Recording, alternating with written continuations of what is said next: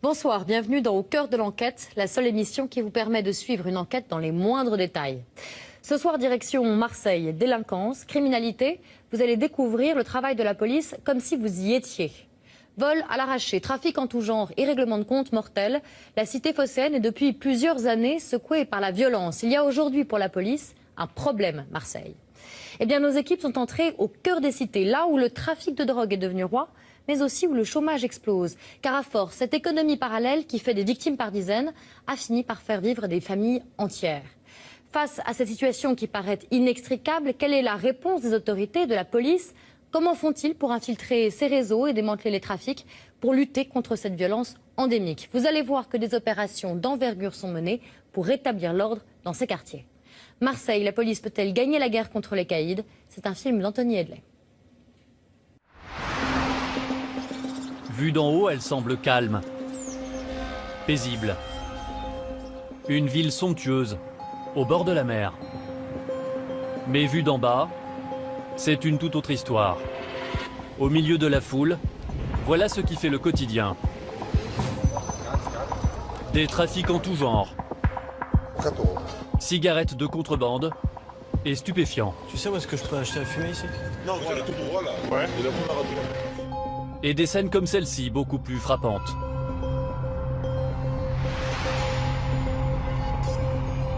Mais au-delà des images, il y a un phénomène bien plus préoccupant. Un phénomène qui depuis plusieurs mois se développe dans les faubourgs de la ville et qui est souvent visible à la nuit tombée. Le jeune homme qui était visé a été achevé de 2 balles dans la tête. Un homme, une figure du grand banditisme, abattu de À chaque fois, c'est à l'arme lourde que les malfaiteurs opèrent. Règlement de compte à répétition. Une quinzaine de morts depuis le début de l'année. 3 corps calcinés ont été retrouvés dans une voiture en flammes. On nous les brûle. On laisse même pas quelque chose pour les voir, pour les tenir, pour les embrasser une dernière fois. Pourquoi comme ça? Pourquoi? Une série noire qui fait la une et place désormais Marseille, la deuxième ville de France, sous haute surveillance. Marseille est malade de cette violence, avec des quartiers, les quartiers nord ou les quartiers sud de la ville, qui ont été abandonnés pendant des années. Il est temps que l'État intervienne, car trop d'inertie ont duré. Mettre un terme à la violence à Marseille est devenu un enjeu majeur. Allez, bougez pas, madame. Mais cela est-il possible? C'est ce que nous avons voulu savoir. Tu habites où, toi? Quel bâtiment? Vite, vite. Quels moyens sont réellement mis en œuvre pour mener la guerre contre les caïds? Bâtiment B. On va aller chez toi faire une perquisition après. Comment mettre fin au règne des dealers? Les résultats obtenus sont-ils suffisants? 400, 1500 euros. Dis-lui qu'il faut taper là. Ouais, tape tout de suite, tape tout de suite. Et face aux forces de l'État, C'est pas à moi. Ça non plus. dans les quartiers sensibles, comment les trafiquants de drogue sont-ils organisés? Oui. Voilà, ça se passe comme ça. Terre. De quelle façon ont-ils transformé certaines cités en des zones quasi inaccessibles pour y mener leur propre business en toute tranquillité?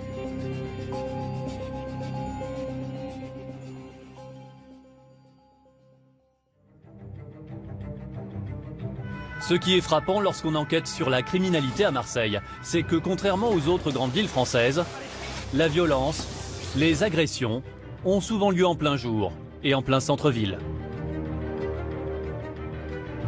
Depuis un an, la municipalité a fait installer 340 caméras de vidéosurveillance. Des images qui, vous allez le voir, sont souvent pour les forces de l'ordre un nouvel outil pour arrêter les délinquants. Non loin du Vieux-Port, au cœur de Marseille, le commissariat de Noailles. Sur les 17 commissariats que compte la ville, c'est sans doute l'un des plus exposés. Ici, le boss, c'est David Brugère. Il a été nommé commissaire il y a un an. Avec une mission, faire baisser la délinquance dans le centre-ville. Sous ses ordres, 500 hommes. Vous m'appelez quand vous êtes prêt. L'un des fléaux auxquels il est confronté, ce sont les vols avec violence, en particulier les vols à l'arraché. Marseille détient un triste record en la matière. 10 000 vols avec violence en 2012, 4 fois plus que la moyenne nationale. Avec en plus une spécialité locale, l'arrachage de colliers.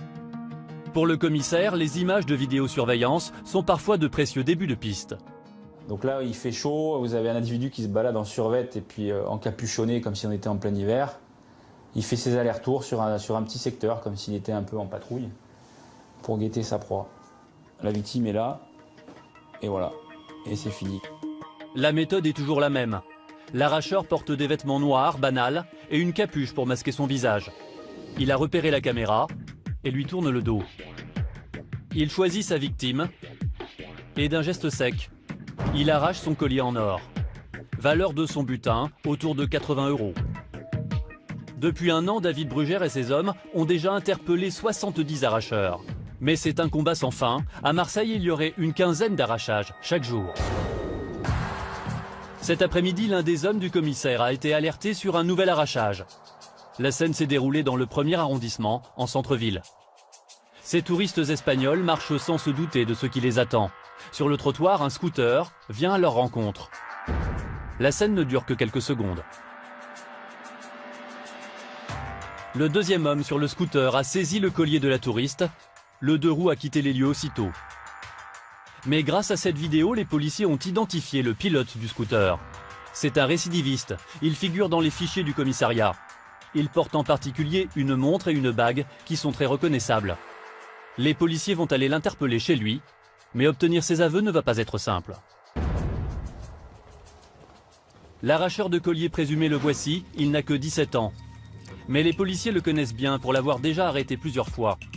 Il porte encore la bague et la montre qui ont permis de l'identifier. Pourtant, il va nier. Bon, tu as été reconnu comme étant le conducteur d'un scooter et le passager arrière a arraché la chaîne à une femme. Ça s'est passé... Attends, ne me dis pas non. J'ai rien conduit, j'ai pas de moto, je conduis rien du tout. J'ai rien. T'as rien? Rien. Malgré son jeune âge et la vidéo qui l'accuse, le suspect prend l'audition à la légère et n'hésite pas à provoquer le policier qui l'interroge. Je sais pas. Pardon, j'ai pas entendu ce que tu as dit. Je sais pas. Non mais qu'est-ce qu'il a dit après? Je sais pas qui? Je sais pas. Frère? Je suis pas ton frère. Ça va. Non mais ne me dis pas ça va. D'abord tu es pas mon frère et tu es en garde à vue. Et devant toi tu es un officier de police judiciaire. Tu as compris? Bon, alors tu te tais et tu vas répondre aux questions que je te pose. Mais moi je suis pas ton frère. Tu as compris? Je suis pas ton frère. Je réponds pas aux questions, je réponds plus. Ne réponds plus aux questions qui me sont posées. Le policier n'est pas surpris. Dans ces affaires d'arrachage, il a très régulièrement affaire à des mineurs récidivistes qui connaissent leurs droits et qui savent qu'ils peuvent garder le silence. Bon, vous me l'attachez, lui, et il descend en jaune tout de suite. Le suspect va passer la nuit au commissariat. Et toi, arrête de me filmer parce que sur ma mère, je te mettrai un cric dans la caméra, ça part tout droit. Demain, le jeune homme sera à nouveau auditionné.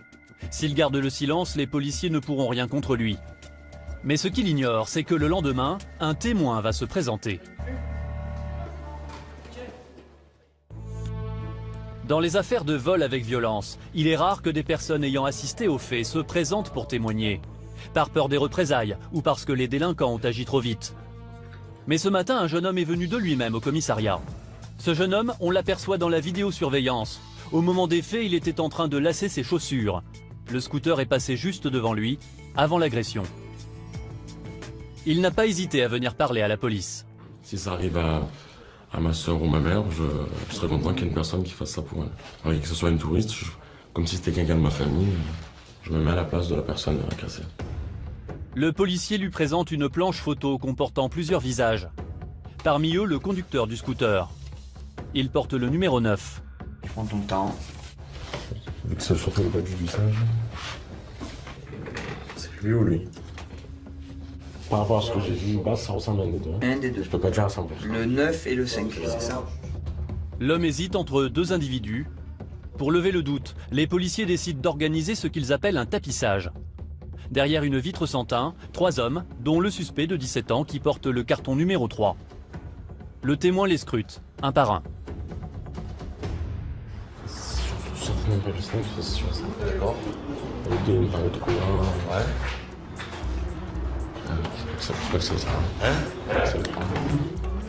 Allez, c'est bon, vous pouvez remonter. Cette fois, le témoin a clairement identifié le conducteur du scooter. Mais face aux preuves qui s'accumulent contre lui, le suspect continue de garder le silence. Donc hier en fin d'après-midi, lors de ta première audition, tu as fait le choix de garder le silence et de ne pas répondre aux questions qui t'ont été posées. Est-ce que tu persistes là-dedans ou est-ce que tu veux parler ou répondre aux questions que je vais te poser? Persiste là-dedans. Alors je persiste là-dedans. Et tu n'as rien d'autre à rajouter? Et on arrête là, hein? Pas de souci. Allez. Toujours pas d'aveu. Pour les policiers, ça se complique. Car dans ce genre d'affaires, la garde à vue ne peut excéder 24 heures, et contrairement à ce que l'on pourrait penser, le dossier est encore mince. Le suspect a été identifié grâce à sa bague et à sa montre. Il a déjà été interpellé pour des faits similaires, et un témoin l'a identifié. Seulement les policiers savent que sans aveu, ces éléments ne suffiront probablement pas à convaincre la justice. Alors pour gagner du temps, ils ont besoin d'une prolongation de garde à vue. Rendez-vous chez le procureur, au palais de justice de Marseille. À droite, en polo orange, le procureur, il a l'habitude de ce genre d'affaires. Son discours est très ferme. Jusqu'à maintenant, tu dis rien. Oui. Bon, t'as le droit. Ceci étant, si tu dis rien, nous, on a des éléments. Tu dis rien, ça va être difficile de vérifier tes alibis.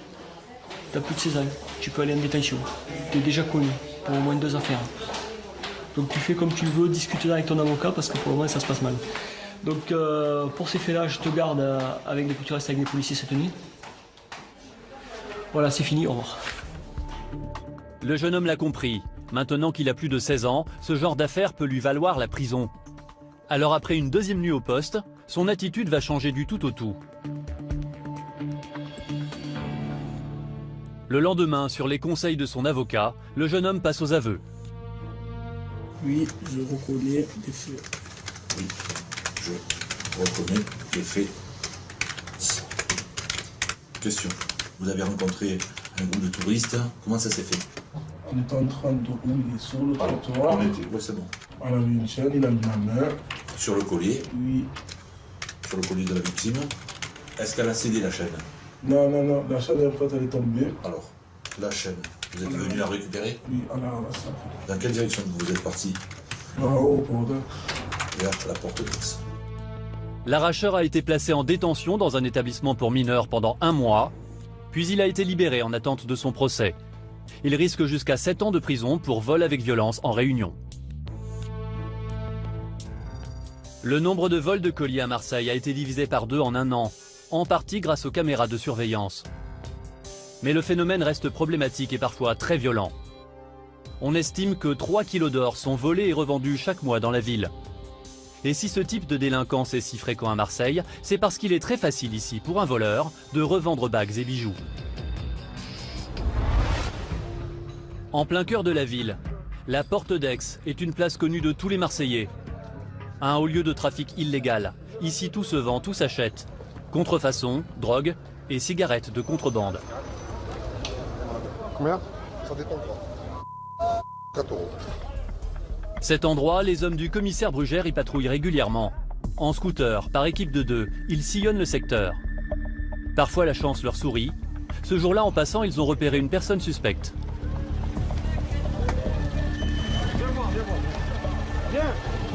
L'homme dissimule maladroitement derrière lui plusieurs boîtes à chaussures. À l'intérieur, 4 cartouches de cigarettes et des dizaines de paquets qui vont être saisis. Le vendeur est arrêté et conduit au commissariat. C'est en venant ici presque tous les jours que les policiers réussissent parfois à arrêter un revendeur. Ce qui commence à être assez agréable pour nous, c'est qu'il y a beaucoup de gens qui commencent à nous aider, à nous renseigner dans le quartier. Je ne peux pas vous dire qui, parce que ça serait compliqué pour eux. Mais on commence à avoir pas mal d'informations. Mais l'objectif du commissaire Brugère, c'est de réussir à coincer des revendeurs d'objets volés, ceux que l'on appelle des receleurs. Et pour cela, il ne compte pas sur la chance, mais sur un coup de filet minutieusement préparé. Grâce à un indicateur, le commissaire est sur un gros coup. Un suspect qui serait l'un des receleurs les plus importants de la place. Cet homme, le voici. Il achèterait notamment des bijoux volés par les arracheurs du centre-ville. Tu me reçois bien là ou pas? Ouais, 5 sur 5. Ah ok, pareil pour nous. En embuscade, les équipes du commissaire surveillent les allées et venues du suspect. Une deuxième équipe stationne dans un véhicule banalisé à quelques mètres seulement de l'individu. Dans le jargon policier, on appelle cela un soum, un sous-marin, une voiture qui permet de voir sans être vue. C'est la seule façon pour la police d'être au plus près des trafiquants, sans se faire repérer. Un homme s'approche du receleur présumé. Apparemment, il a quelque chose à lui vendre. Il a acheté un truc, hein, il a surposé un truc dans sa main droite et il l'a posé après sur la table avec des anciens. C'est la transaction que les policiers attendaient. Leur indicateur n'a pas menti, ils vont pouvoir maintenant interpeller le suspect. 5 heures le lendemain matin, le commissaire Brugère et ses hommes se préparent pour l'opération. Vous leur avez montré physiquement où c'est, l'endroit où c'est? Oui. Donc c'est parti. D'après leurs renseignements, le receleur changerait souvent de domicile. Depuis quelques jours, il dormirait dans un appartement non loin de la porte d'Aix. C'est là qu'ils vont tenter de l'interpeller. C'est quitte ou double ce matin. C'est le pactole ou c'est rien. Mais rien ne va se passer comme prévu. Police! Dans l'appartement, un couple, mais pas de traces du receleur. C'est pas lui. Ah mais non! Sérieux? Non, c'est pas lui. Ah non! Est-ce que vous avez prêté votre appartement à quelqu'un pendant le ramadan? Oui. À qui? Son prénom c'est quoi? Ah c'est bon, on n'a pas faux alors. Le receleur a bien dormi ici il y a quelques semaines, mais l'homme dit ne pas savoir où il dort maintenant. En revanche, il désigne facilement une quantité de matériel informatique haut de gamme que le receleur stocke chez lui. Il y a 2 écrans. Tu as vu? Ces ordinateurs proviennent probablement d'un cambriolage, une belle découverte. Mais le receleur lui reste introuvable. Pour le commissaire Brugère, la course contre la montre a commencé. Le souci c'est qu'à partir de là, c'est vrai que le temps joue un peu contre nous. Le receleur est peut-être déjà au courant de l'opération de police. Le commissaire et son équipe doivent le trouver au plus vite, sinon il risque de quitter la ville. Et cette fois, c'est la chance qui va donner un coup de pouce aux policiers. Alors qu'il circule porte d'Aix, en pleine rue, il tombe soudain nez à nez avec le receleur. Attendez! L'interpellation est immédiate. Bah ouais, on a un petit coup de cul là pour une fois là, c'est énorme. Ouais. Le receleur semble plutôt coopératif. Il donne l'adresse de l'appartement dans lequel il aurait dormi la veille. Peut-être est-ce là qu'il stocke les bijoux et les objets volés qu'il a rachetés. La vague. Là, ça commence à me plaire. Les policiers s'y rendent aussitôt. Oh, bouge pas, lève tes mains. La fouille des lieux commence. Mais au bout de quelques minutes, les policiers comprennent que le suspect leur a menti. Il n'y a pas d'ormière? Il n'y a pas d'ormière. Il n'y a pas ses affaires. Il n'y a aucune de ses fringues, il n'y a pas ses tongs, il n'y a que dalle. Donc il nous cache un appart. Ouais. Aucun effet personnel du suspect sur place. Et désormais, l'homme s'est muré dans le silence. Pour les policiers, il ne reste plus qu'une seule possibilité pour boucler l'affaire.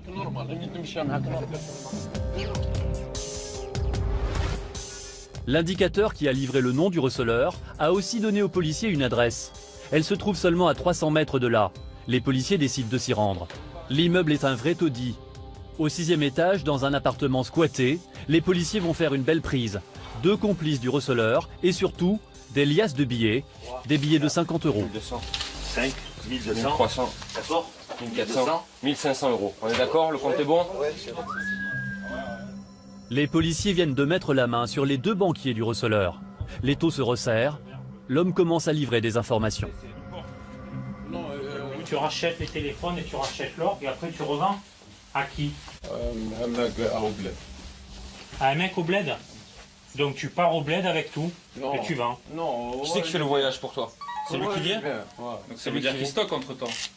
Où est-ce qu'il est? Allez demander en arabe, où est-ce qu'il met son stock là?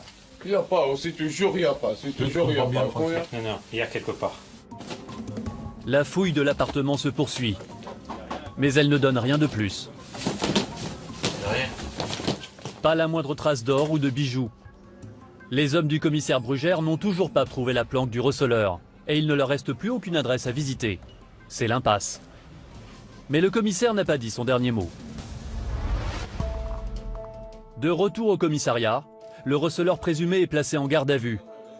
Il refuse de donner l'adresse de son stock, alors le commissaire va opter pour une autre stratégie. Tous les enquêteurs sont mobilisés pour rappeler leurs indicateurs et dénicher tout renseignement utile. Il n'y a pas la voie chaude, il n'y a personne. Chacun active ses réseaux. Là, il nous a fait le même coup là. Et quelques minutes plus tard, la stratégie s'avère payante. L'un des hommes du commissaire obtient une adresse plausible. Il faut maintenant agir immédiatement avant que des complices ne viennent vider les lieux. Cette fois, le commissaire va employer les grands moyens. Il a fait venir une trentaine d'hommes en renfort, notamment des policiers en tenue et les hommes de la BAC, la brigade anticriminalité. La BAC, j'aurais aimé que vous preniez les fiacres et Montaulieu. Mettez les deux voitures de chaque côté. Car l'adresse obtenue se trouve en plein cœur de la porte d'Aix. Et les policiers le savent. Dans ce secteur de Marseille, en plein après-midi, il y a foule. Envoyer seulement quelques hommes sur place serait risqué. Ils pourraient se trouver rapidement pris à partie. Et alors les VTT, vous montez sur Saint-Charles. Et pareil, au top, vous glissez et vous rentrez dans Montpasteur. Est-ce qu'il y a des questions? C'est bon? Merci. Le dispositif est en place. L'opération est lancée. Pour éviter tout attroupement, il faut être rapide. L'immeuble est un vieux bâtiment marseillais assez dégradé. La porte est close et l'interphone ne fonctionne pas. Les policiers vont devoir improviser. C'est le grillé, ça, hein? Dans une opération de flagrant délit, la loi les autorise à enfoncer la porte. 1, 2, 3. Tiens, empêche-moi. L'immeuble n'est qu'en partie habité. Mais dans l'appartement visé, cette fois, c'est le jackpot. Tout ça, rempli. Yes. Tout ça, c'est rempli. Yes. Tout ça, c'est rempli. Dans un renfoncement, les policiers ont découvert la caverne d'Ali Baba. Des dizaines de cartouches de cigarettes. Après comptage, il y en a 250. Valeur, 10 000 €. C'est un festival. Une balance de précision pour peser l'or, mais aussi des bijoux. Or blanc, ouais, on commence à trouver de l'or, donc c'est bon signe. Et même de faux papiers d'identité. Alors, là tu as des cartes d'identité, donc il doit faire aussi un trafic de... Alors on va tout vérifier, mais il doit faire un trafic de papier. C'est un supermarché de tout, hein. Le commissaire ne pensait pas découvrir pareil trésor. Un complice qui veillait sur le stock du receleur est également arrêté. Le gérant du magasin de cigarettes, entre guillemets, c'est lui. Donc on commence à refaire un peu le puzzle. Comme des trophées, les saisies du jour sont exposées sur le trottoir, en pleine rue. Une façon pour les policiers de montrer aux délinquants qu'ils occupent le terrain. Aujourd'hui, ils ont mis fin au trafic d'un des plus gros receleurs de la porte d'Aix, un succès comme il ne s'en présente pas tous les jours. Le receleur risque jusqu'à 10 ans de prison et 750 000 € d'amende. Les vols à l'arraché sont l'un des fléaux contre lequel le commissaire Brugère tente de lutter à Marseille. Mais le problème le plus grave, c'est le trafic de drogue et les violences qu'il provoque. Règlement de compte, exécution sommaire en pleine ville. Aujourd'hui, quand Marseille fait la une des journaux, c'est presque toujours pour des faits extrêmement violents, liés aux rivalités entre trafiquants. En 2012, le département a enregistré 24 meurtres liés à la guerre des gangs. Et il y en a déjà eu 15 depuis le début de l'année 2013. Des meurtres de plus en plus souvent commis à l'arme de guerre, comme les Kalachnikov. Il faut dire que le trafic de drogue est un business qui irrigue l'ensemble de la cité phocéenne. Une économie parallèle, structurée, qui génère un chiffre d'affaires colossal, jusqu'à 50 000 € par jour dans certains quartiers.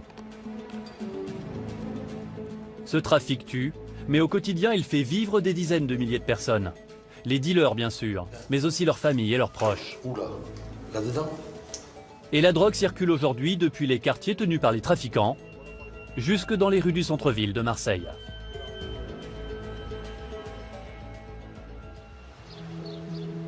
Le Vieux-Port, ses bateaux de plaisance et ses vendeurs de poissons, c'est le Marseille de carte postale, celui que connaissent les touristes. Mais rapidement, le décor change.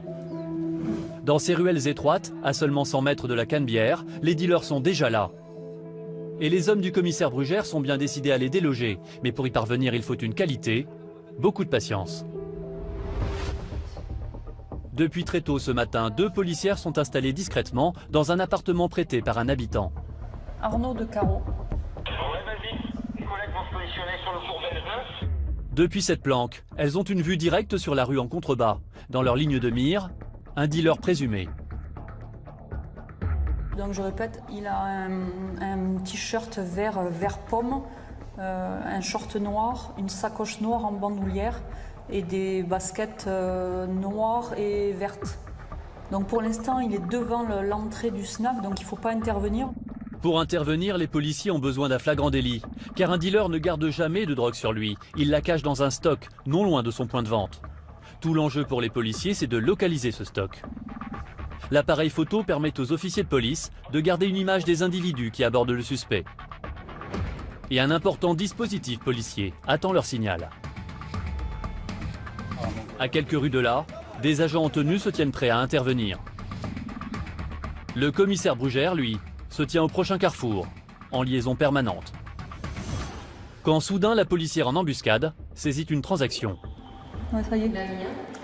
Ouais, il y a une vente là, donc l'acheteur jean bleu, style de mocassin foncé, noir ou bleu marine, t-shirt bleu marine, il a mis le produit dans la poche arrière droite du jean. Le problème, c'est que ces dealers ont souvent un comportement imprévisible. Alors que les policiers s'apprêtaient à l'arrêter, l'homme disparaît à leur vue. Il vient de pénétrer dans un immeuble. Impossible d'agir, il a pu entrer dans n'importe quel appartement. Les policiers vont devoir attendre que l'homme réapparaisse. Quelques instants plus tard, il est de retour dans la rue. Il retourne voir le couple, donc il va y avoir une vente encore. Voilà, ben là non mais il va y avoir encore transact. L'interpellation est sur le point d'avoir lieu. Mais à nouveau l'homme quitte son emplacement. Il entre dans un bar à chicha tout proche. Vaut mieux attendre 5-10 minutes, il va de toute façon ressortir. C'est reçu, Claron, alors on reste comme on avait dit au début, ça marche, reçu. Enfin, le bon moment se présente. Ouais, s'il y en a qui sont pas loin, là, il est sorti du snack, il a traversé, donc il est en face, donc ce serait pas mal de le faire maintenant. Ouais, Christophe. Ça va taper. Ah, j'ai compris, on y va. Ouais, il est au niveau du conducteur de la Modus. Ah, faut qu'il se dépêche, non? Faut qu'il se bouge. Ça y est, c'est bon. Tout de suite sur D8, vous allez voir quelles sont les techniques des policiers de Marseille pour retrouver les stocks de stupéfiants.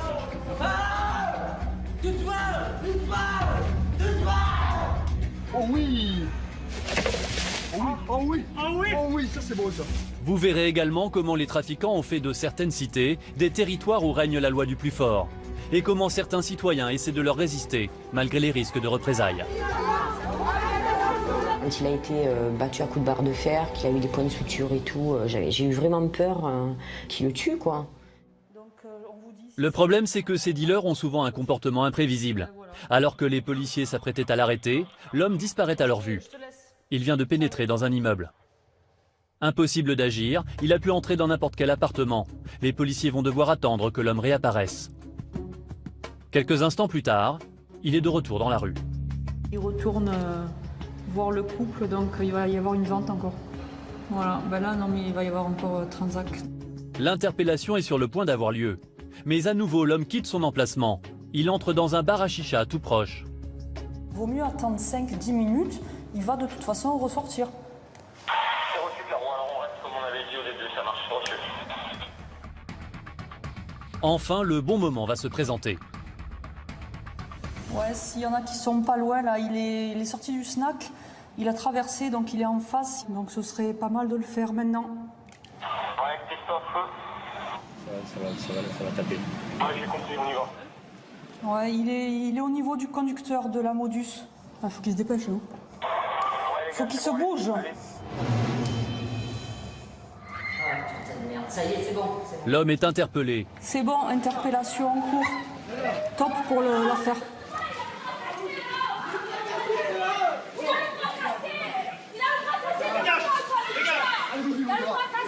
Lâchez-moi, il a le bras cassé, c'est bon.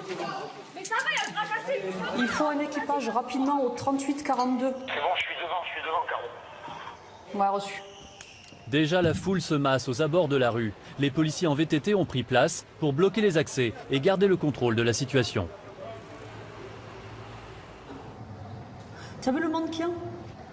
La foule, ça se rapproche à une vitesse. Maintenant, il faut aller très vite. La crainte des policiers, c'est que des complices soient alertés et que le stock de drogue ne disparaisse.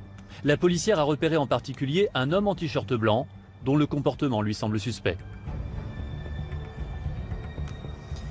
Ouais, est-ce qu'il y a les collègues des VTT qui sont devant le 42 qui peuvent faire raccrocher là, le mec qui est en t-shirt blanc? Putain. Fais raccrocher le mec qui a le t-shirt blanc là. Il est au téléphone, je sais pas s'il prévient la famille. Il parle avec le collègue, il faut pas qu'il se serve du téléphone parce je pense qu'il le connaît. Pour les policiers, le plus dur reste à faire. Trouver le stock du dealer présumé, l'endroit où il conserve la drogue qu'il revend. Peut-être dans l'immeuble dans lequel il est entré après sa transaction. Dans la cage d'escalier, le chien semble avoir flairé quelque chose.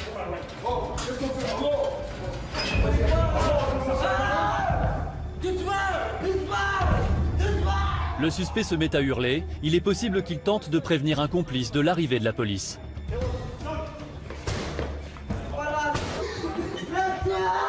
Mais dans l'appartement, la seule personne présente est sa mère. Dans la confusion ambiante, les policiers gardent en tête que c'est le stock du suspect qu'ils doivent trouver. Non. Le chien il a marqué en bas dans la boîte aux lettres, vous êtes au courant? Ouais. Est-ce qu'il y en a que dans la boîte aux lettres? Je te parle. Est-ce qu'il y en a que dans la boîte aux lettres? Dans la boîte aux lettres, j'ai pas, monsieur. Il n'y en a pas ici. Quand il n'y en a plus dans la boîte aux lettres, comment tu fais? Tu remontes le champ. Monsieur, cassez pas la porte, s'il vous plaît. C'est ta faute. La porte de la chambre du dealer est enfoncée pour tenter de localiser sa cache. Donc quand le chien marque, ça veut dire qu'il y a eu trace d'un produit stupéfiant, on cherche. Le chien se trompe rarement en fait. Ça intéresse. Où ça? Le meuble là. Ça se coule pas, ton chien. Ça sent le chien. Ça sent le chien plein de tubes. Ah oui, putain. Jeune, il y a collègue. Là, il n'y a même pas besoin d'être un chien pour sentir. Pourtant, dans l'appartement, pas de traces de drogue. Seulement des paquets de billets de banque. Regarde là, tu vois cet argent, le chien il a marqué les billets, d'accord? C'est comme ça qu'on les trouve, donc on les saisit, d'accord?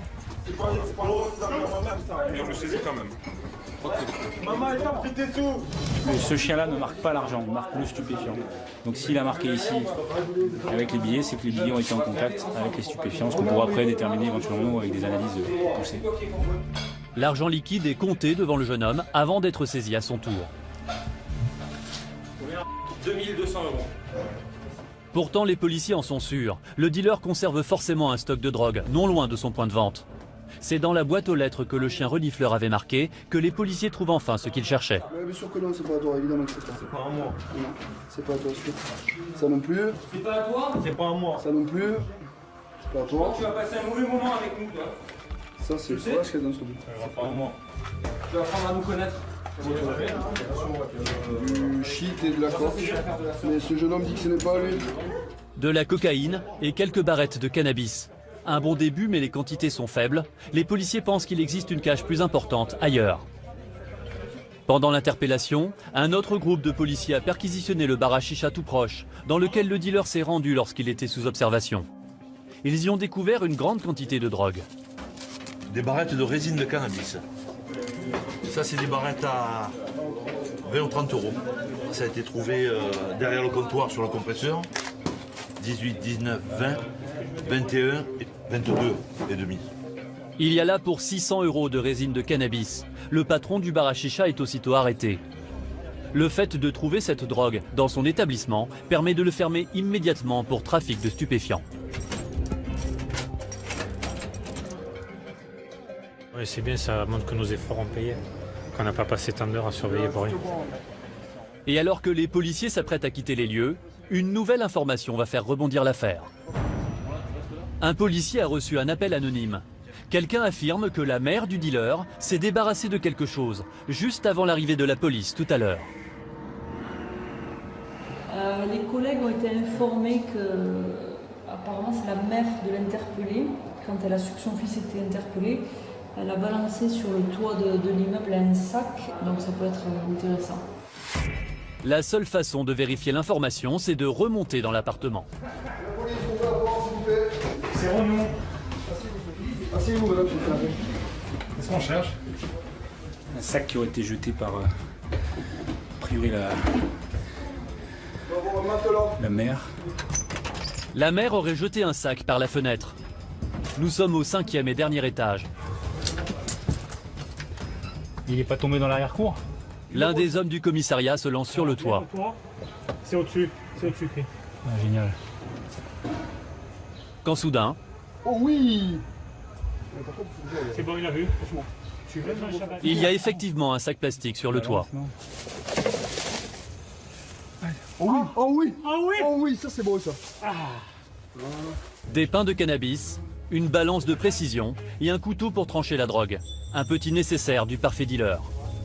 Cette fois, c'est la mère du suspect qui va devoir s'expliquer. Le sachet, c'est vous qui avez jeté ça, madame? Non. Si, madame. Vous avez été vu par un témoin, c'est vous qui avez jeté ça. Non, monsieur, Ne excusez-moi. vous expliquez même pas, madame, ne vous excusez pas. Je suis Vous aggravez votre cas. Je vous jure que j'y suis rien. Je sais même pas qu'est-ce qu'il fait. Je te crois pas. C'est pas la peine, je te crois pas. J'ai rien à voir dans tout ça, monsieur. Non, j'ai dit une voix. La mère aurait donc bien entendu les cris de son fils et tenté de cacher la drogue sur le toit. Elle doit être entendue par les enquêteurs. Mais dans l'appartement, ses enfants en bas âge ont assisté à son arrestation. Le commissaire tente de les rassurer en leur expliquant la situation. Quel âge tu as? C'est ton frère? Et quel âge tu as toi? 3 ans. Et ça va, tu fais pas de bêtises à l'école? Non. C'est vrai, faut bien obéir, hein. Mais pourquoi non, mais Parce que elle a fait quelque chose de pas très bien, donc on l'a récupéré. Il faut pas mentir à la police. Toi, t'as une tête à pas faire des bêtises, toi. Commissaire, c'est difficile quand il y a des enfants présents. Oui, carrément, carrément. En plus, ils sont en bas âge. Là, on a récupéré tout le noyau familial, le petit frère, la sœur, la mère. Mais bon, on n'a pas le choix, hein, donc on trouve des solutions, on s'adapte. Mais c'est pas très réjouissant. Ça, c'est pas très réjouissant. Ça vous fait de la peine? Bah, c'est mon métier. Hein. On a tous des enfants. Les enfants sont pour rien là-dedans. Hein, donc, quelque part, ils sont pris un peu en otage par la situation dans laquelle la famille se trouve. Pendant l'absence de la mère, c'est la fille aînée qui s'occupera des plus petits. Un point de vente de drogue neutralisé au centre-ville, de l'argent et des produits stupéfiants saisis, l'opération est une réussite. Fin de journée, toute la brigade est rentrée au commissariat. Dans la guerre qui les oppose aux trafiquants, les policiers ont le sentiment ce soir d'avoir gagné une manche. C'est pas que il a si joli corps, monsieur. Le commissaire Brugère prend le temps de remercier chacun de ses hommes. Quand on est policier, c'est ce qu'on recherche. On recherche attraper les voleurs, récupérer de la drogue, interpeller. C'est ça le boulot de flic, c'est ça. Donc c'est important de voir aussi ce qu'on a récupéré pour tout le monde. On voit un peu le fruit du travail collectif. Le travail collectif se mesure ce soir sur une balance. Ce sont les pains de résine de cannabis qui ont été saisis dans l'appartement du dealer. Ça passe bien, au moins. Il y a 450. 570, 69, 70. 570 grammes, un peu plus de 1200 € de marchandises. Mais arrêter un petit dealer, ça ne sert pas à grand chose. Un autre le remplacera rapidement. Alors le lendemain, les interrogatoires vont commencer avec un objectif, obtenir les aveux du dealer et du patron du bar à chicha, et surtout en apprendre le plus possible sur le réseau qui les alimente.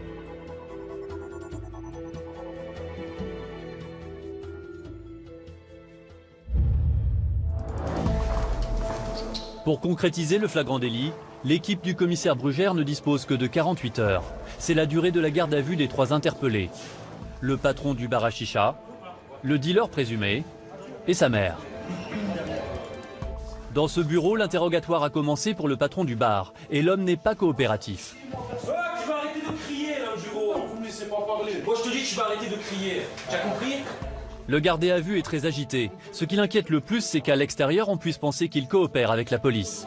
Je ne vais pas balancer les gens, c'est pas une balance. Je ne vais pas balancer les gens, je vous dis je sais pas. Après c'est vous qui savez. Je sais pas, je sais pas. Je veux pas balancer, c'est une autre chose. Marqué je veux pas balancer alors. Marqué je veux pas parler, c'est tout. Je veux pas parler, c'est pas je veux pas balancer, je veux pas parler.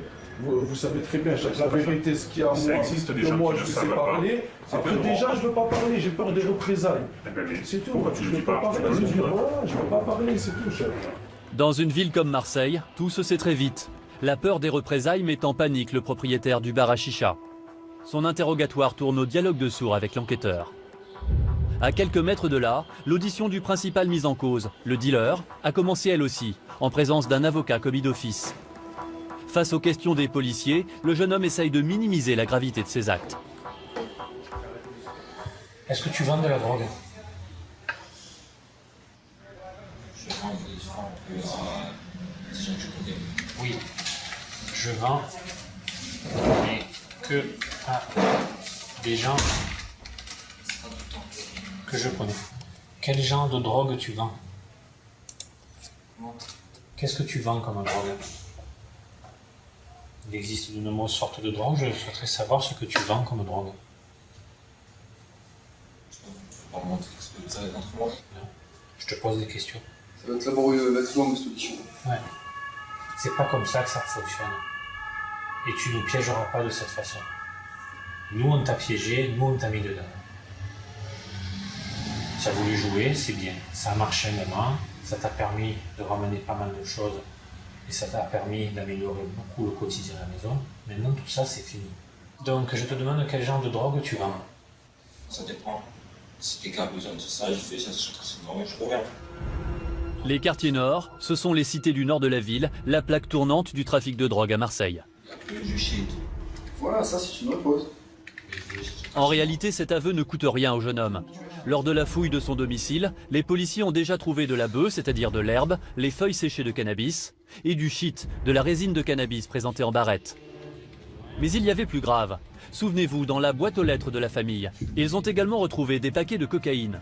Un trafic qui pourrait aggraver le cas du dealer. Est-ce que tu as déjà vendu autre chose que de la bœuf et du shit? Pardon? Il n'y a pas rien.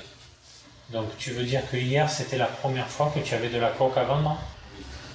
Mais à peine a-t-il fait ce lourd aveu que le jeune homme semble se sentir mal. Oui, dis-moi. Tu te sens mal? Tu te sens mal? C'est-à-dire? Il va tomber, tu devrais le tenir parce qu'il est en train de faire un malaise. On va arrêter l'audition, quand on va venir les pompiers, et on va reprendre après. Alors je... Harold, appelle les pompiers, s'il te plaît. Dans ce genre de cas, les policiers n'ont pas le choix. Ils doivent interrompre l'interrogatoire. Ben notre individu qui a des soucis de toxicomanie, il doit avoir un peu l'effet de manque qui joue, mais je pense aussi qu'il en rajoute un peu, qu'il est en train de simuler un malaise, puisque lorsque les interpellés malheureusement sont malades ou sont souffrants, on est obligé de mettre fin à leur audition, voire à leur garde à vue, pour les transférer à l'hôpital. C'est une stratégie pour gagner du temps, dont ils ont connaissance et qu'ils n'hésitent pas à employer lorsqu'ils sentent que le vent est en train de tourner pour eux. Donc là, je pense qu'il y a une petite part de vrai dans son malaise, et je pense qu'il y a aussi une grosse part de simulation. Toxico en manque ou dealer qui cherche à gagner du temps, les policiers ne prennent aucun risque. Le jeune homme va se reposer quelques heures en cellule. L'audition de la mère du dealer s'avère tout aussi complexe. Les policiers ont pris leurs renseignements. Sa seule ressource est le RSA, elle est veuve et ses enfants ne travaillent pas. Or d'après l'enquête, la famille semble vivre bien au-dessus de ses moyens. Peut-être est-elle au courant des trafics de son fils aîné. Interrogée en présence de son avocate commise d'office, elle nie toute implication. Est-ce que vous saviez que votre fils, il vendait de la drogue? Pas du tout. Je vous entends pas. Je savais pas. Je savais pas. Vous savez s'il gagne de l'argent, votre fils? Il gagne pas du tout d'argent ou vous savez pas? Je sais pas, j'ai jamais vu mon fils avec l'argent. Est-ce qu'il travaille en ce moment, madame? Non, il travaille pas. Vu son âge, il ne perçoit aucun revenu. Il touche pas d'ACDIC, ni de RSA. Il est trop jeune. Saviez-vous que cette drogue se trouvait sur votre toit? Non, pas non. La seule accusation que les policiers peuvent porter est celle d'avoir dissimulé le sac plastique. La mère aurait caché la drogue sur le toit. Mais le témoin qui a renseigné les policiers à ce sujet est un témoin sous X, c'est-à-dire un témoin anonyme. Cela risque de ne pas être suffisant face aux dénégations d'une mère de famille. Alors le directeur de l'enquête va utiliser une ruse pour la convaincre d'avouer sa complicité. Madame, pouvez-vous prendre ça à la main et me le rendre s'il vous plaît? Prenez-le à la main, c'est un sac plastique. Prenez-le à la main et vous me le rendez. Je vais vous expliquer, je vais expliquer à votre avocat. C'est pour vous montrer quelque chose. Voilà, vous l'avez à la main, vous me le rendez. La surface sur laquelle vous avez posé vos mains sur le sac plastique, si j'y fais faire un prélèvement par la police technique et scientifique, nous allons retrouver des traces d'ADN. D'après vous, Si nous faisons effectuer des prélèvements d'ADN sur les sacs plastiques que nous avons récupérés sur le toit hier lorsque nous sommes venus chez vous, est-ce que vous pensez que sur ces sacs, on risque de trouver votre ADN? Est-ce que vous pensez que ces sacs, vous avez pu les tenir à la main? Mais monsieur, j'ai rien à voir dans tout ça. Moi, j'ai jamais touché ces sacs, je les ai pas vus chez moi. Je les ai pas vus chez moi, il n'y a pas de sacs, des trucs comme ça. Je ne sais pas, je n'ai jamais vu ces sacs. La mère continue de nier. Alors inlassablement, le policier va répéter son argument principal, le témoignage sous X. Il sait que c'est parfois à l'usure que les suspects finissent par céder. La première fois que vous avez vu ces sacs, madame? Hier, un témoin qui restera anonyme. Il vous a vu, vous, jeter des sacs plastiques blancs et un couteau sur le deuxième pan de toiture qui surplombe votre appartement, endroit même où mon collègue, hier, les a découverts. Donc est-ce que c'est vous qui avez jeté les sacs plastiques sur le toit? Réfléchissez bien à me parler. Vous voulez sortir? 2 minutes.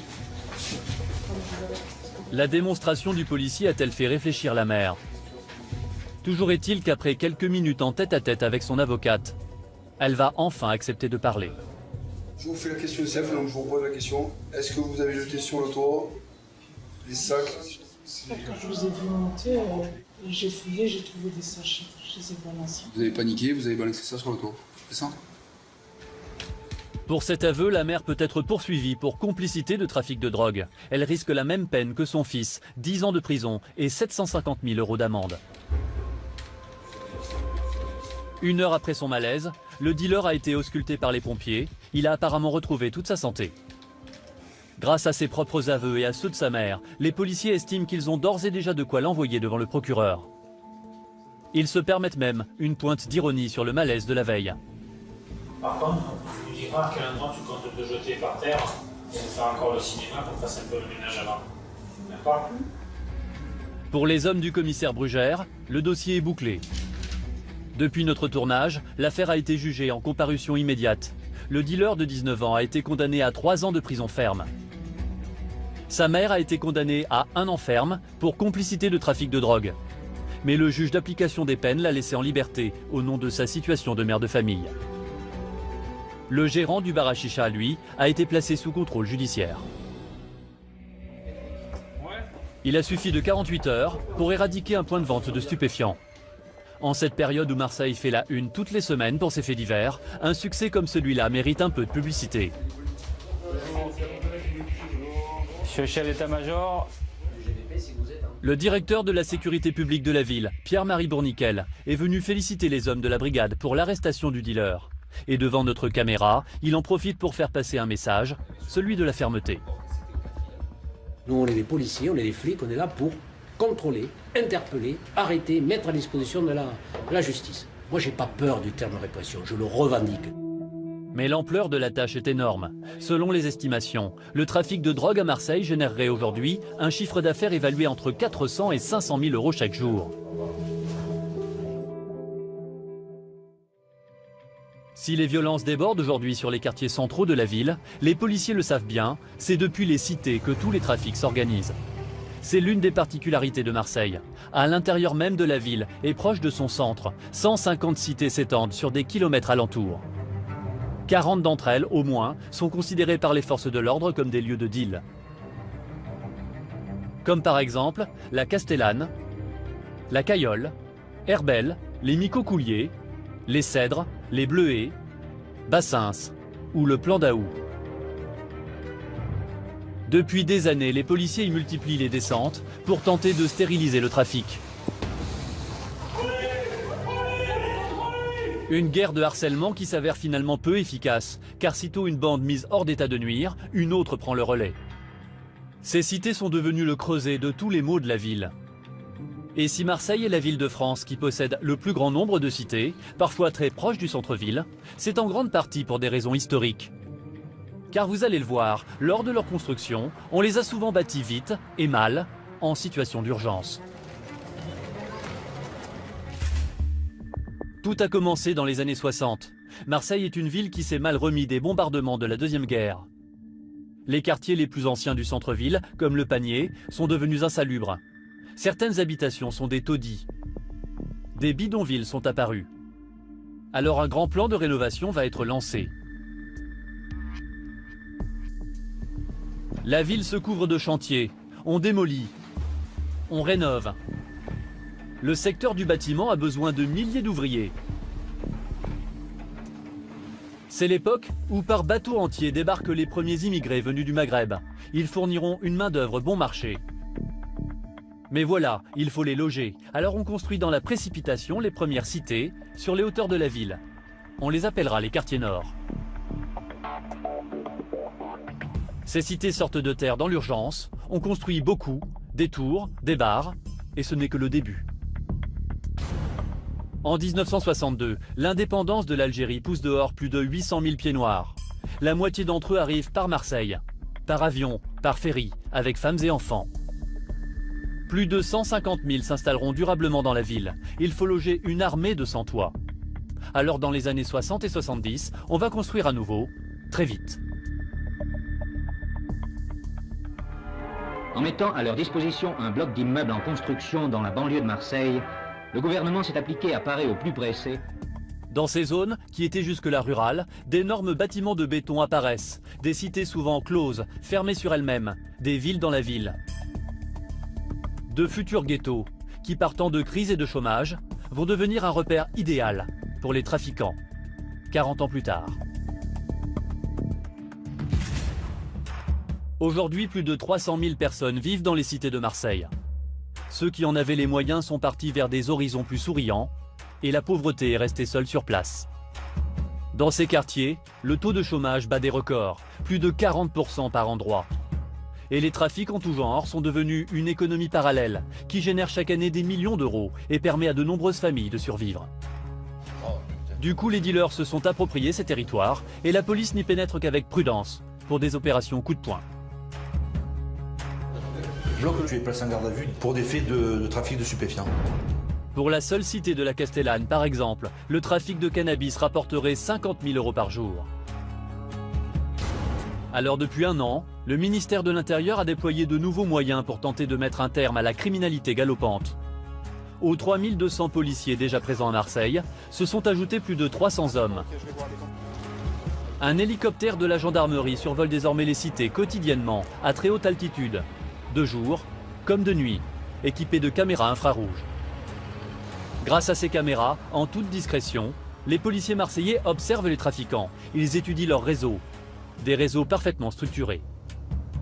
Tout ça, c'est quand même bien organisé, bien hiérarchisé. C'est pas quelque chose de complètement anarchique. On est sur des personnes qui ont des rôles définis, des rôles de guetteurs, des rôles de vendeurs, des rôles de gérants d'un plan, c'est-à-dire d'un point de vente. Tout ça pour des têtes de réseau, avec une rémunération qui est prévue, faite aux guetteurs, aux charbonneurs, donc le charbonneur étant celui qui vend au gérant du plan, avec la prise en compte notamment du repas, tout ça. On a vraiment à faire. Ils ont des pauses déjeuner, des tickets restaurants. Exactement, il n'y a pas de tickets restaurant, mais on a effectivement pris en compte le sandwich du midi, le kebab de midi comme il était indiqué, qui leur est défrayé pour pouvoir assurer la continuité du plan, puisqu'on est sur des plans qui marchent H24. Un guetteur, il peut gagner entre 70 et 80 euros par jour. Le vendeur, ça peut aller jusqu'à 150 à 200, 300 euros par jour. Et ensuite, on monte. Celui qui est vraiment le plus gagnant dans l'organisation, c'est la tête de réseau. Si les trafiquants se jouent aisément des forces de l'ordre, c'est parce que les lieux de deal sont nombreux, proches du centre-ville et simples d'accès. Rien de plus facile pour les acheteurs que de se rendre dans ces supermarchés de la drogue et repartir avec une barrette de résine de cannabis. Alors comment fonctionne le deal et le trafic de l'intérieur? Nous en avons fait nous-mêmes l'expérience. Le quartier de la Belle de Mai, à la frontière des quartiers nord. Nous tournons en caméra cachée. Et dès l'entrée, on s'aperçoit qu'ici, acheter des stupéfiants est d'une très grande facilité. Tu sais où est-ce que je peux acheter à fumer ici? Non, voilà, tout droit là. Ouais. Excuse-moi, est-ce que tu sais où est-ce que je peux acheter à fumer ici? Dans 42 à droite. Tout de suite sur D8, vous allez voir comment les dealers ont transformé certaines cités marseillaises en marché de la drogue à ciel ouvert. Il y a moyen d'acheter quelque chose ou pas? Tu peux pas du shit. Vous verrez également que pour enrayer le trafic de stupéfiants, les forces de l'ordre appliquent désormais une nouvelle stratégie. Elle est baptisée « Approche globale ». Exceptionnellement, nous avons pu filmer de l'intérieur une opération coup de poing sur l'une des cités les plus chaudes de Marseille. Allez, bougez pas, mettez la main derrière le dos. Donnez-moi la main. Si les trafiquants se jouent aisément des forces de l'ordre, c'est parce que les lieux de deal sont nombreux, proches du centre-ville et simples d'accès. Rien de plus facile pour les acheteurs que de se rendre dans ces supermarchés de la drogue et de repartir avec une barrette de résine de cannabis. Alors comment fonctionne le deal et le trafic de l'intérieur ? Nous en avons fait nous-mêmes l'expérience.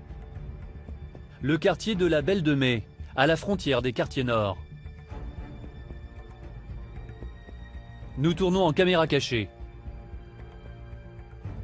Et dès l'entrée, on s'aperçoit qu'acheter des stupéfiants ici est d'une grande facilité. Tu sais où est-ce que je peux acheter à fumer ici? Voilà, tout droit là. Ouais. Et la première à droite. Excuse-moi, est-ce que tu sais où est-ce que je peux acheter à fumer ici? L'autre 42 à droite. Salut les man. On m'a dit qu'il y avait de quoi fumer ici. Il y a moyen d'acheter quelque chose ou pas? Tu veux pas du shit? Un truc bien quoi. T'as de la weed? 2 dealers sont installés ici. Un simple matelas leur sert de comptoir improvisé. Ça c'est 20? Ouais, c'est des pochons de graines de shit de bleu. Ça c'est un pochon de graines. Bon, je vous embête pas plus longtemps. Tu vois. Si merde les mains. Des dealers qui se livrent en toute impunité au trafic de drogue. C'est un tableau devenu banal à Marseille. Mais pour les habitants des quartiers, c'est une situation de plus en plus difficile à vivre au quotidien. Nous nous rendons à Fontvert, dans les quartiers nord. Nora Preciosi est adjointe au maire de Marseille. Issue d'une famille de 13 frères et sœurs, c'est une enfant des quartiers. Elle a grandi ici et elle a vu petit à petit son environnement se dégrader au fil des ans. Bonjour, ça va? Tu vas bien et toi? Ta mère, ça va, la famille? Notre caméra attire les regards et il n'est pas forcément bien vu ici de parler aux journalistes. Mais Nora est chez elle, pas question de se laisser impressionner par les provocations de quelques jeunes qui la toisent du regard. Qu'est-ce qu'il a, lui? Qu'est-ce qu'il a? Qu'est-ce qu'il y a? Tu as un problème? Cela joue voyou, là. Mais qu'est-ce que je m'en fous? Tu crois que j'ai peur? J'ai pas peur, moi. C'est-à-dire? Ben, il me fait... Le mec, là. Et en plus, il est même pas de la cité. Ça va? Ça va, alhamdoulilah. Comme de nombreuses familles ici, celle de Nora a été touchée par la violence des règlements de compte qui secouent régulièrement la cité phocéenne. Ah ben ici, il y a eu 3 règlements de compte, même si c'est pas 4. Et j'ai un neveu, je veux pas trop en parler, mais il a été tué juste là. Voilà, là, il a été tué, mon neveu, là. Je peux pas aller là-bas, hein, Voilà, juste là. Là, ça fait 1 an. Là. Le 5 avril 2012, le neveu de Nora, Ilias, 25 ans, a été abattu au volant de sa voiture en plein centre de la cité, à 2 pas de chez lui. Un guet-apens, ses assassins ont bloqué le véhicule et ne lui ont laissé aucune chance. En fait, là, il y a les 2 barrières, là. Et ils avaient mis une barrière comme ça aussi. Ça fait quand il a voulu faire marche arrière, il n'a pas pu, il a été coincé. La police enquête toujours sur cet assassinat. La victime est soupçonnée d'avoir appartenu à un réseau. Les enquêteurs privilégient la piste d'un règlement de compte en relation avec le trafic de drogue. Pour Nora Preciosi, le constat est simple. Les cités sont aujourd'hui complètement gangrénées par le trafic de stupéfiants. Vous avez des gens qui en vivent ici. Vous avez des gens qui en vivent. Et vous avez des réseaux. Vous en avez. Vous en avez. Voilà. Tout ce qui m'inquiète, c'est qu'il y a la mort après. C'est ça, moi, mon neveu, peut-être qu'il a été pris par un groupe de jeunes à savoir ce qu'ils lui ont fait. Et puis voilà. Hein, À la cité Fontvert, comme dans tous les blocs alentours, le système mafieux s'est installé et impose sa loi. Il offre à des jeunes sans emploi la possibilité de gagner beaucoup d'argent facilement. Alors que nous traversons la cité, nous apercevons un groupe de jeunes au bas d'un immeuble qui nous observe. Nora nous le confirmera, ce sont des guetteurs, des choufs comme on les appelle. Ils ont entre 14 et 17 ans et ils sont payés jusqu'à 50 € par jour pour alerter les revendeurs de drogue. C'est une patrouille de police s'aventure jusqu'ici. Nora nous met en garde. Ouais, ça va. Ok. Ne les filme pas trop là-bas, hein? Ils aiment pas les caméras ici, hein? C'est facile à celui qui va venir acheter. Le bourgeois qui va venir acheter son pétard, c'est pour se mettre à l'aise dans la société. Mais le petit qui vend, c'est la mort au tournant. Toutes ces mères là qui perdent leurs enfants, il faut les soutenir, il faut faire quelque chose. C'est pas possible. On ne peut plus vivre dans la peur et dans cette société. Cette peur est entretenue par les trafiquants. Elle permet à leur business de prospérer et pèse comme une menace contre quiconque s'y oppose. Pourtant, certains ont décidé de combattre le règne du deal. Il ne s'agit pas de policiers, mais de simples citoyens, particulièrement déterminés.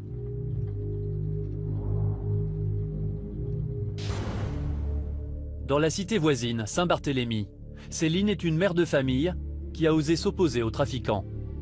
Elle s'est battue sans relâche pour sortir son fils des griffes des dealers. Son garçon avait rejoint un réseau qui trafiquait juste sous les fenêtres de son appartement. Où est-ce que ça se déroulait? Ici, juste là. Juste en bas de chez lui. En bas de mes fenêtres.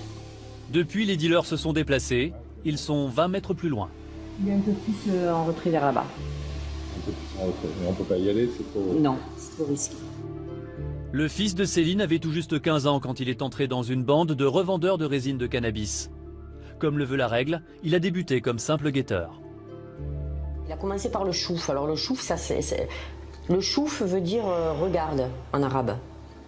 Et en fait, donc quand on fait le chouf, on fait le guet. Pour voir si les voitures de police arrivent et tout. Donc après, il a grimpé de grade, on va dire. Du chouf, il est passé au charbon. Le charbon, c'est la vente. Céline a senti que son fils était pris dans l'engrenage. Alors elle est allée voir les dealers et elle les a implorés de laisser partir son garçon. Mais dans les cités de Marseille, on n'échappe pas au réseau aussi facilement. Non seulement les trafiquants sont restés sourds à ces demandes, mais pour couper court à tout échappatoire, ils ont répondu avec leur langage, la violence. Quand il a été battu à coups de barre de fer, qu'il a eu des points de suture et tout, j'ai eu vraiment peur qu'il le tue, quoi. La bande est même allée jusqu'à s'en prendre directement au domicile de Céline pour l'intimider. Ici, j'ai eu un impact de balle. Donc j'ai cassé la vitre et je l'ai enlevé. Et vous avez fait la même chose un peu partout dans votre appartement? Voilà, ouais. Dans ce genre de cas, la plupart des maires de la cité sont bien obligés d'avouer leur impuissance. Mais Céline, elle, a pris une décision surprenante. Elle s'est rendue au commissariat pour dénoncer son fils. Elle s'est dit qu'en le faisant arrêter, au moins, elle l'éloignerait de l'emprise des dealers. Mais là encore, elle s'est heurtée à un mur. Je suis allée à la brigade des stupes. J'ai expliqué que mon fils était dans le réseau. La police m'a dit « Madame, débrouillez-vous, votre fils a le QMR2 ». Donc j'ai demandé de l'aide à la police et la police m'a dit « Débrouillez-vous avec eux ». Alors Céline a décidé de ne plus compter que sur elle-même. Elle a mené son enquête et elle a répertorié les identités de tous les membres de la bande. Puis, armée de ces informations, elle a fait ce que personne ici n'ose jamais faire. Elle est allée voir directement le chef du trafic, le caïd. J'ai fait pression au gérant en disant voilà, je veux que tu sortes mon fils de là, sinon tu vas plonger, quoi. Ouais, de toute façon, c'est pas une femme qui va m'impressionner et tout. J'ai dit, mais t'as pas une femme devant toi, tu es une mère de famille. Tu sais pas qu'une mère de famille est capable de crever pour son gosse et de sortir toute griffe dehors. Chose rare, face à la détermination de Céline, les caïds ont cédé. Céline n'a plus jamais entendu parler d'eux. Son fils est parti vivre loin de Marseille, à l'écart des fréquentations qui ont failli lui coûter la vie. Une histoire qui finit bien, mais rares sont les histoires comme celle-là dans les quartiers. Dans la cité phocéenne, les femmes qui ont perdu un fils, un neveu ou un proche victime du trafic de drogue se comptent désormais par dizaines. En mai dernier, c'est avec l'énergie du désespoir que certaines de ces mères, qui pleurent leurs enfants assassinés, ont défilé dans la ville. Monsieur le Président Hollande, on a voté pour vous, s'il vous plaît, aidez-nous! Aidez-nous, s'il vous plaît! Parmi elles, Baya Sideki. Son fils était un gamin des cités comme il y en a des milliers ici à Marseille, un gamin victime de la guerre des gangs. Faut arrêter tout ça. Alors maintenant, moi j'appelle les mamans, à toutes les mamans, sortez dans la rue, battez-vous pour vos enfants, ne laissez pas faire tout ça. Nos enfants, c'était pas des bandits, c'est pas des caïds, c'est pas des mafieux. Hein? C'est des petits jeunes perdus, des petits jeunes qui attendent un boulot, des petits jeunes à qui on a promis du travail et tout. Il n'y a rien. On les laisse pourrir dans les quartiers nord de Marseille. Parce qu'on dirait que les quartiers nord de Marseille n'existent pas. On dirait que les quartiers nord de Marseille, il n'y a pas dans la carte de Marseille les quartiers nord. Le 15 mars 2013, Nabil, le fils de Baya, a été assassiné de façon particulièrement violente. Le corps du jeune homme a été retrouvé dans le coffre d'une voiture calcinée, non loin de la cité Fond-Vert où il habitait. Nabil venait tout juste d'avoir 19 ans. On nous les brûle. On laisse même pas quelque chose pour les voir, pour les tenir, pour les embrasser une dernière fois. Pourquoi comme ça? Pourquoi ce massacre? Tué puis abandonné dans la voiture à laquelle on a ensuite mis le feu, un mode opératoire devenu classique à Marseille. Ici, on appelle ce genre de meurtre un barbecue. L'incendie du véhicule permet aux assassins d'éliminer toute empreinte et toute trace d'ADN. Une quinzaine de meurtres associés au trafic depuis le début de l'année. Comment stopper cette criminalité qui, comme une épidémie, gagne chaque jour un peu plus la ville? Quelle réponse pour qu'enfin la paix revienne dans les quartiers? C'est une préoccupation qui remonte désormais jusqu'au plus haut sommet de l'État. Enjeu numéro 1 pour les autorités, réinstaller le pouvoir et la loi à Marseille. Ce jour-là, Manuel Valls, le ministre de l'Intérieur, a fait le déplacement. Face à la spirale de la violence, le ministre veut affirmer haut et fort qu'il ne reste pas inactif. Nous gagnerons ce combat contre la délinquance pour redonner à Marseille tous les atouts pour son développement. Depuis bientôt un an, les forces de l'ordre ont mis en place une nouvelle stratégie. Elle porte un nom, l'approche globale, une méthode quasi militaire. Une action coup de poing qui cible un quartier sur une période de 30 jours à travers une mobilisation policière massive. Une stratégie de guerre qui en quelques mois a déjà été utilisée dans 18 cités marseillaises.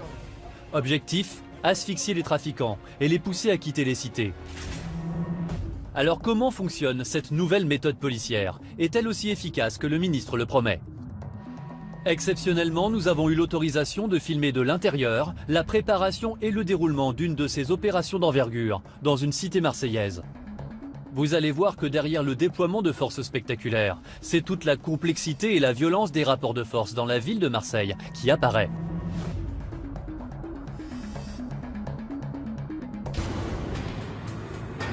Jusqu'à la dernière minute, le quartier ciblé a été tenu secret. À Marseille, la moindre fuite pourrait mettre en péril le travail des policiers. Le jour dit, nous avons rendez-vous dans les quartiers sud de la ville, entre la célèbre prison des Baumettes et les magnifiques calanques de Sormiou. C'est la cité de La Cayolle qui sera dans les jours à venir la prochaine cible des forces de l'ordre. La Cayolle est un îlot de pauvreté, une enclave où les policiers n'interviennent que très ponctuellement. Mais aujourd'hui, à quelques mètres de l'entrée de la cité, les forces de police se tiennent prêtes. La méthode est toujours la même. Avant d'intervenir en force, les policiers vont cibler un trafiquant de stupéfiants. Leur cible est un dealer déjà connu des services de police. Il vient d'être repéré dans la cité. Dans la description, c'est un jeune habillé tout en noir, t-shirt noir, manches courtes avec description blanche devant, et un pantalon noir ou bleu marine avec des bandes blanches et un pantalon retroussé. D'accord? Ouais, c'est parti. Il faut agir vite pour profiter de l'effet de surprise. Dis-lui qu'il faut taper là. Ouais, tape tout de suite. Ouais, Christophe de Valérie, il faut taper. Non, tu t'appelles. Vous l'avez vu? Non. Le dealer peut tenter de s'échapper. S'il prend la fuite dans la cité, les policiers ont peu de chances de le retrouver. Mais l'homme ne s'attendait pas à pareil déploiement de force. Il est facilement interpellé. Dans sa sacoche, une dizaine de sachets d'herbe, prêts à la vente. Par rapport à ce qu'on s'attendait, on a un peu de produit, c'est déjà pas mal. Et à force de se faire péter, généralement ils n'ont plus de grosses quantités sur eux, ils cachent un peu partout. C'est le jeu du petit poussé, il faut trouver. L'arrestation du dealer permet de passer à la deuxième phase de l'opération. Les policiers et leurs chiens renifleurs se déploient maintenant dans tout le quartier. Au milieu des habitants surpris, les policiers passent les environs au peigne fin. Voitures, maisons, parking et le moindre bosquet.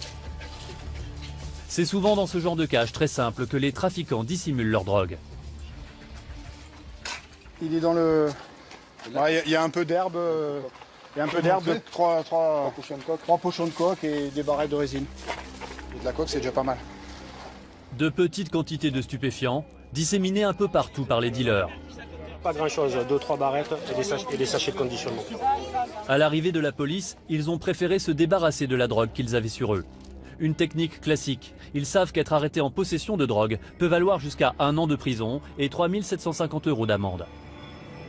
C'est justement ce qui risque d'arriver à cette jeune femme.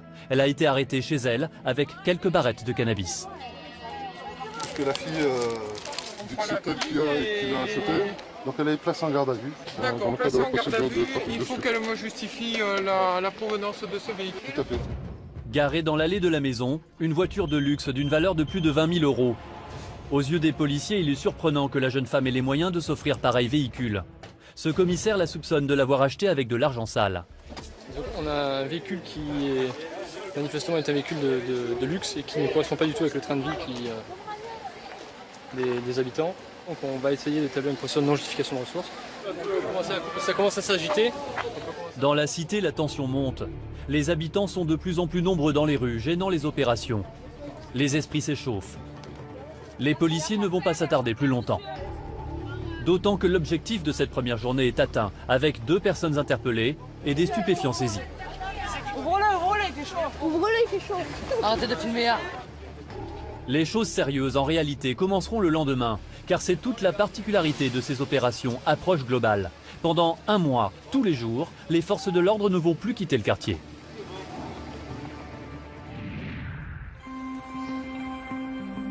Deuxième jour de l'opération sur la Cayolle. Au commissariat central de l'évêché, tous les grands patrons sont présents. Le préfet de police, le directeur de la sécurité publique et les 3 commissaires en charge de l'approche globale de la Cayolle.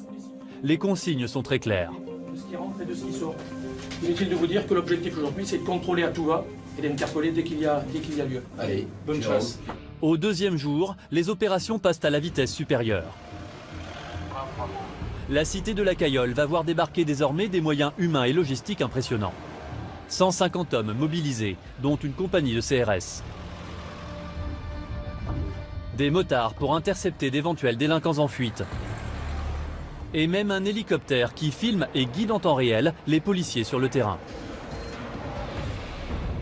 D'ordinaire, dans la cité, les délinquants sont chez eux. Mais en quadrillant le terrain, les forces de l'ordre veulent reprendre le pouvoir. Elles vont fouiller chaque recoin du quartier. Le commissaire Kevin Roche et ses 30 hommes font partie des forces qui ont investi la cité. Ils viennent d'interpeller un homme recherché depuis longtemps pour plusieurs vols avec violence. C'est quelqu'un qu'on est content d'avoir récupéré. Sans la présence massive des policiers, intervenir ici aurait été difficile. C'est le cas également dans les endroits obscurs comme les caves et les parkings. Des endroits où le plus souvent on retrouve les véhicules volés. Alors elles n'étaient pas là il y a 2 jours, elles ont été signalées, c'est quand il y a un week-end, sur un mariage, sur un cortège de mariage, ils faisaient les imbéciles avec. Des motos volées, mais ce n'est pas tout. Juste à côté, une arme de gros calibre. Dans ce renfoncement, on vient de découvrir un fusil à pompe. Moto, fusil à pompe et même un gilet pare-balles, le parfait attirail du braqueur. Elle sera plus en circulation. Donc on est content d'être tombé dessus. À Marseille, dans les cités, il y a de plus en plus d'armes lourdes en circulation. Les trafiquants n'hésitent plus à les utiliser dans leur règlement de compte. Et la présence policière n'empêche pas les violences. Ce jour-là est d'ailleurs une journée noire. Le matin même, un Marseillais de 24 ans a été exécuté par un commando de 4 hommes à La Ciotat. Et à l'instant même, pendant l'opération, on apprend un 2e assassinat dans les quartiers nord.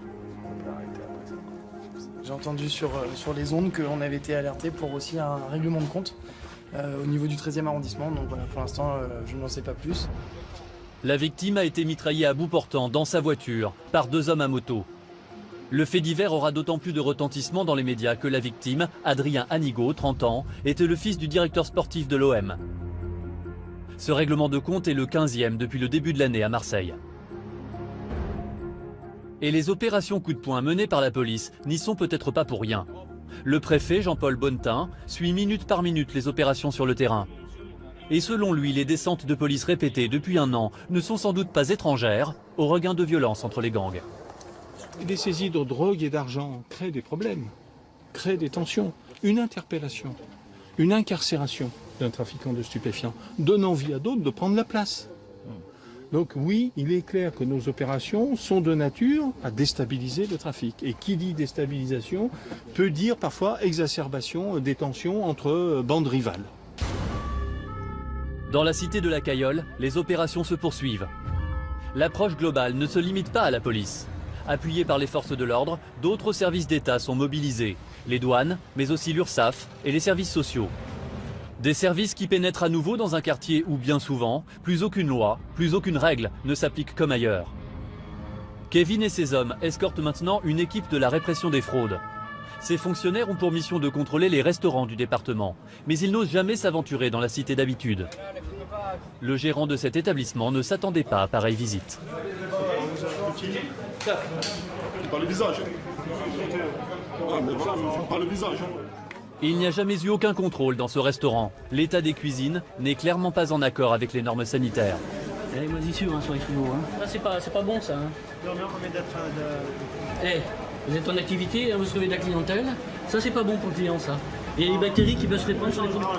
Surtout si vous ne mettez pas des couvercles, si vous laissez des denrées comme ça, les bactéries se posent un peu partout, et après, votre clientèle est malade. Donc nous, notre rôle, c'est que la clientèle soit pas malade. C'est pas entretenu, c'est pas nettoyé.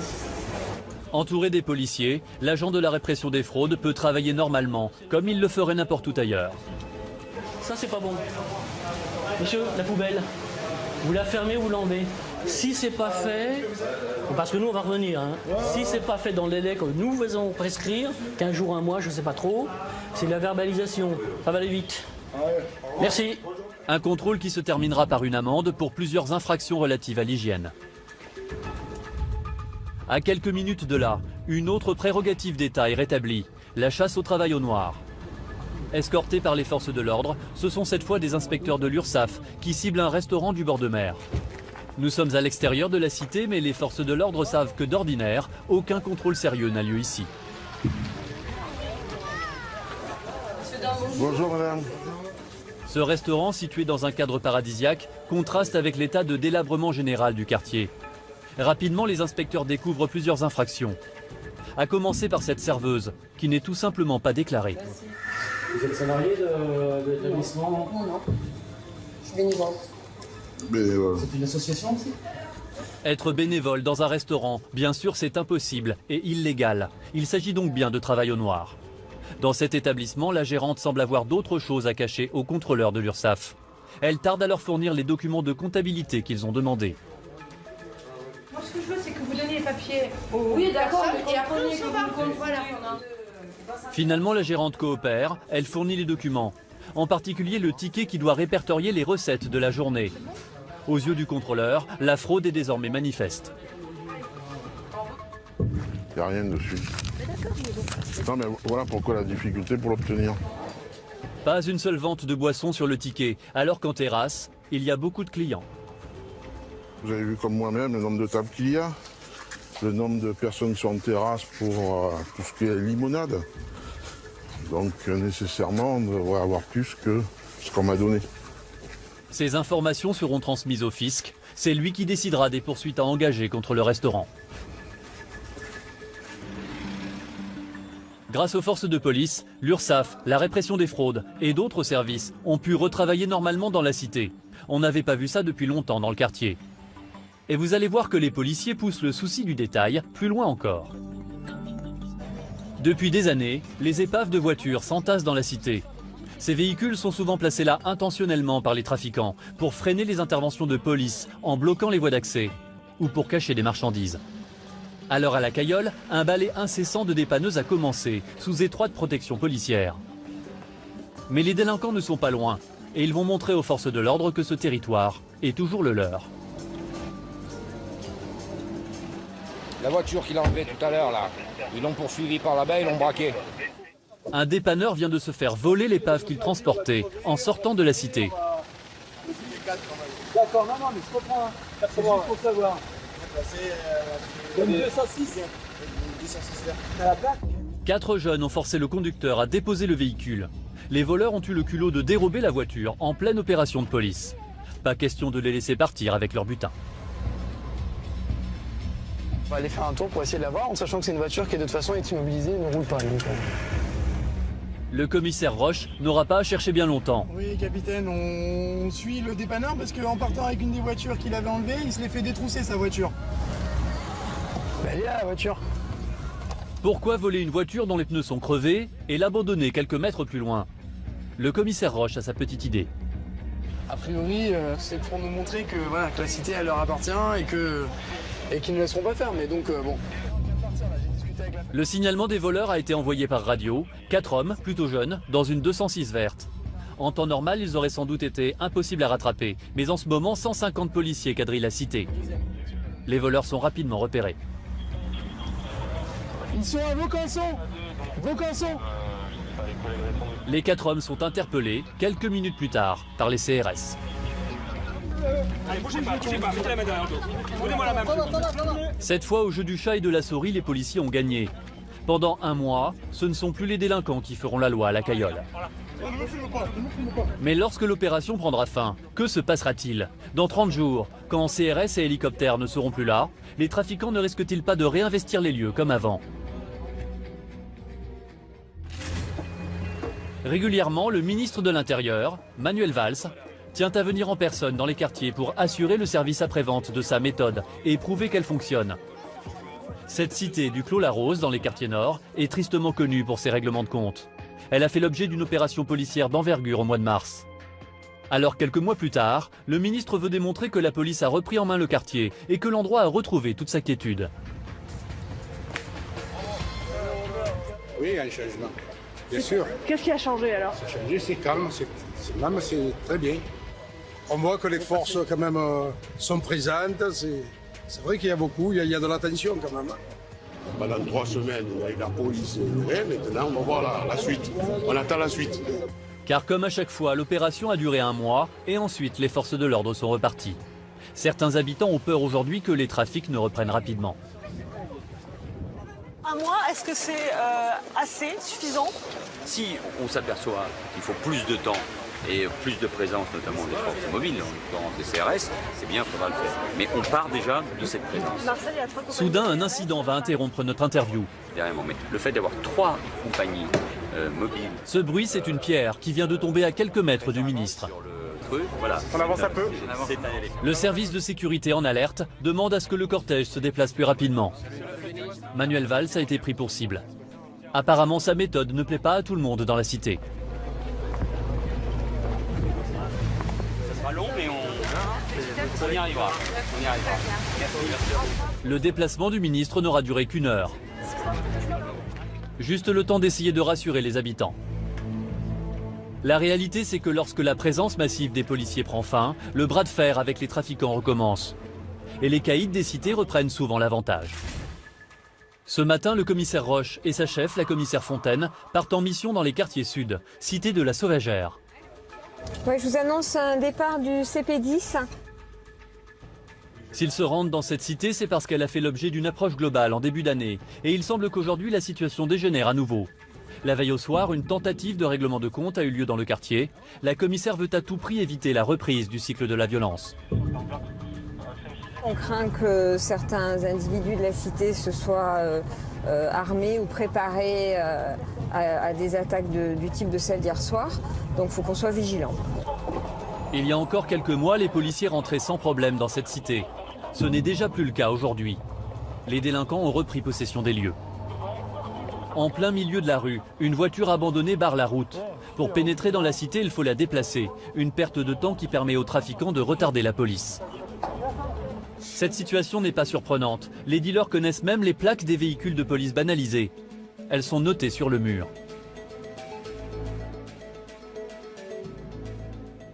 C'est une façon de nous faire savoir qu'ils savent comment on travaille, qu'ils savent qui on est, qu'on est démasqué. C'est un petit jeu du chat et de la souris. À ce jeu-là, les policiers semblent avoir un train de retard. Dans la cité, tout le monde est au courant de leur présence. Il n'y a presque plus personne dehors. À part ce jeune homme qui traîne dans le quartier et qui va être immédiatement contrôlé par les policiers.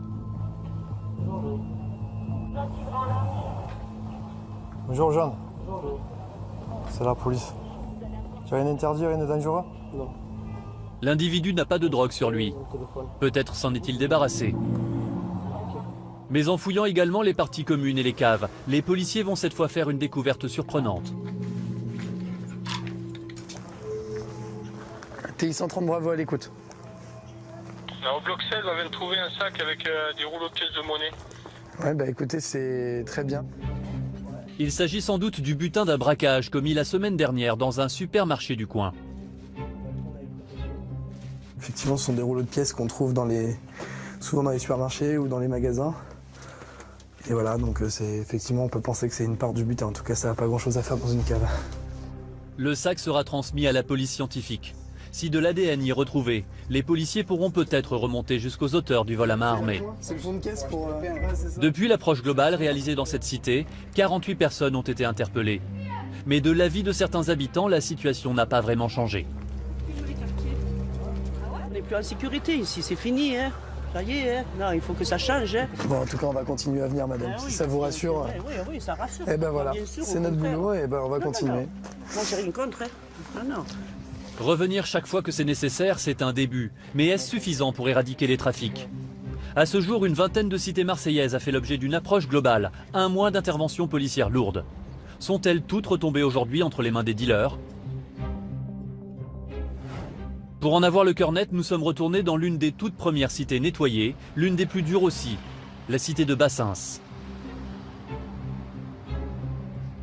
Dans les quartiers nord, la cité de Bassins est l'une des cités les plus chaudes de Marseille. Il y a 2 ans, un terrible fait divers avait fait la une des journaux. 3 corps calcinés ont été retrouvés dans une voiture en flammes. Dans la même soirée, 3 hommes tués par balle avant d'être brûlés dans une voiture. À l'origine de ce massacre, le trafic de stupéfiants. Bassins est l'une des plaques tournantes de la drogue à Marseille. Les dealers sont ici chez eux depuis longtemps et ils ne se cachent pas. Dans cette vidéo diffusée sur internet l'année dernière, ils se mettent en scène en singeant les postures des gangs américains. On est là les frères. Allez, voilà, le petit. Le titre de cette vidéo est sans équivoque, Touchyland, comprenez le pays du cannabis. Allez, voilà. C'est comme ça que ça se passe à Marseille, le quartier les plus hardcore de France. Les dealers exhibent fièrement produits stupéfiants et liasses de billets. Dans leurs mains, plusieurs milliers d'euros. Pour ces jeunes, vendre de la drogue est un métier. C'est un métier, il faut être sociable. Faut être sociable et commercial. Il faut garder le sourire. Mais au début de l'année, pendant un mois, les trafiquants ont perdu la main. La police a investi en force la cité. Bilan 40 personnes interpellées, 5 kilos de cannabis saisis. Alors où en est-on aujourd'hui ? Lorsque nous arrivons à Bassins, nous sommes rapidement prévenus par 2 jeunes hommes qui ont vu notre caméra. Nous pouvons filmer dans la cité, mais pas partout. Du doigt, le jeune homme a désigné à quelques mètres un groupe aligné contre le mur. Les dealers. Ils nous tolèrent tant que nous restons à distance. Quelques mètres plus loin, l'ambiance est bon enfant. Ce jour-là, la cité de Bassins fête ses 50 ans. Tous les habitants sont venus. Il y a même des élus locaux comme Samia Gali, sénatrice originaire de la cité. Bassins est-elle devenue pour autant un quartier comme les autres? Pas si sûr. À quelques mètres de là, nous apercevons un jeune homme, muni d'une petite sacoche. C'est un dealer en pleine transaction. Personne n'y prête attention, un peu comme s'il faisait partie du paysage. À Bassins, la vie a donc repris comme avant. Les habitants cohabitent à nouveau avec les trafiquants. Est-ce que les opérations de police récentes gênent les trafics? C'est certain.